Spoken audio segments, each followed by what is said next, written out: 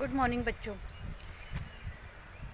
जवाहर नवोदय विद्यालय कटलाल से मैं आपके काउंसलर मैडम आज आपको मेंटल हेल्थ मानसिक स्वास्थ्य संबंधी सीरीज़ में कुछ बताना चाहती हूँ। जैसा कि हमने ग्रुप काउंसलिंग सेशन में सीखा कि मानसिक स्वास्थ्य इस महामारी के दौरान कोरोना काल में क्यों ज़रूरी है, तो इस सीरीज़ में आज हम यहाँ पर सीखेंगे कि मानसिक स्वास्थ्य क्या होता है, कोरोना काल में किन किन मानसिक बीमारियों ने जन्म लिया है और कैसे हम अपने मानसिक स्वास्थ्य का ध्यान रख सकते हैं। तो सबसे पहले हम जानेंगे कि मानसिक स्वास्थ्य क्या होता है।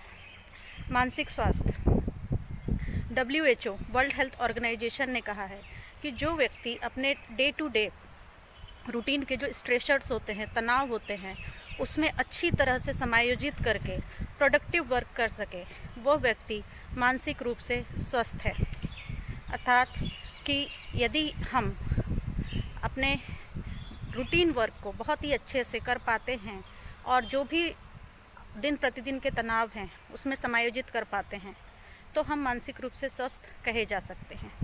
केवल इतना ही नहीं, इसके साथ हमारा शारीरिक स्वास्थ्य, हमारा सामाजिक स्वास्थ्य और हमारा भावनात्मक स्वास्थ्य भी बहुत ज़रूरी है। अभी हम देख रहे हैं कि कोरोना महामारी के दौरान बहुत सारे मानसिक बीमारियों ने जन्म लिया है, जैसे कि फोबिया, बहुत ज़्यादा लोगों में डर बहुत ज़्यादा बढ़ गया है, जिसे कि फोबिया कहा जाता है। Post traumatic stress disorder PTSD, किसी घटना के हो जाने के बाद जो स्ट्रेस बढ़ता है वो बहुत ज़्यादा बढ़ गया है। डिप्रेशन, अवसाद बहुत ज़्यादा लोगों में बढ़ गया है। एंजाइटी, चिंता बहुत ज़्यादा लोगों में देखी जा रही है। पैनिक डिसऑर्डर्स लोगों में बहुत ज़्यादा बढ़ गया है। और इसी के साथ साथ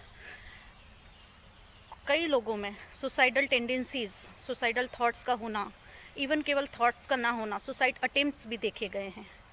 तो कैसे इस महामारी के दौरान हम मानसिक स्वास्थ्य का ध्यान रख सकते हैं, हम कुछ बिंदुओं में यहाँ पर आज जानेंगे। सबसे पहला कि हमें हमारा मेंटल फिज़िकल वेलबींग बहुत अच्छे से ध्यान में रखना है। उसके लिए हमें एक्सरसाइजेस करनी है, योगा हो गया, एरोबिक्स हो गया, जो भी फिज़िकल एक्सरसाइज आप कर सकते हैं। दूसरा, माइंडफुलनेस, प्रेजेंट में, हियर एंड नाउ, आपको प्रेजेंट में रहने के लिए माइंडफुलनेस मेडिटेशन करना चाहिए। दूसरा, आज हम सब जीवित हैं और हमें प्रॉपर ऑक्सीजन मिल रही है, इसके लिए हमें ग्रेटफुल रहना चाहिए। तीसरी बात यह है कि हमें हमारे डाइट में जितना हो सके रोगों से लड़ने की क्षमता बढ़ाने वाले जो भोज्य पदार्थ हैं, जिसमें विटामिन C, नींबू, मौसम्बी, जितने खट्टे फल हैं, वो सभी हम बहुत अच्छे से ले सकें, इस बात का ध्यान रखना है।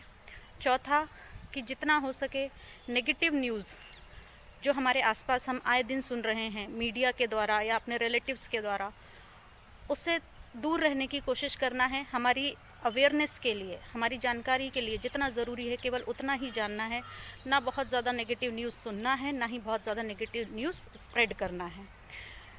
चौथी बात यह है कि इसी के साथ आप जितना हो सके उतना कोरोना प्रिवेंशन पर जो प्रिकॉशंस हैं ध्यान दीजिए, जैसे कि बार बार हर 10 मिनट में हाथ धोना, सैनिटाइज़ करना, इसके साथ लोगों से डिस्टेंस बनाए रखना, मास्क वियर करना, ये सब बातें ध्यान में रखिए।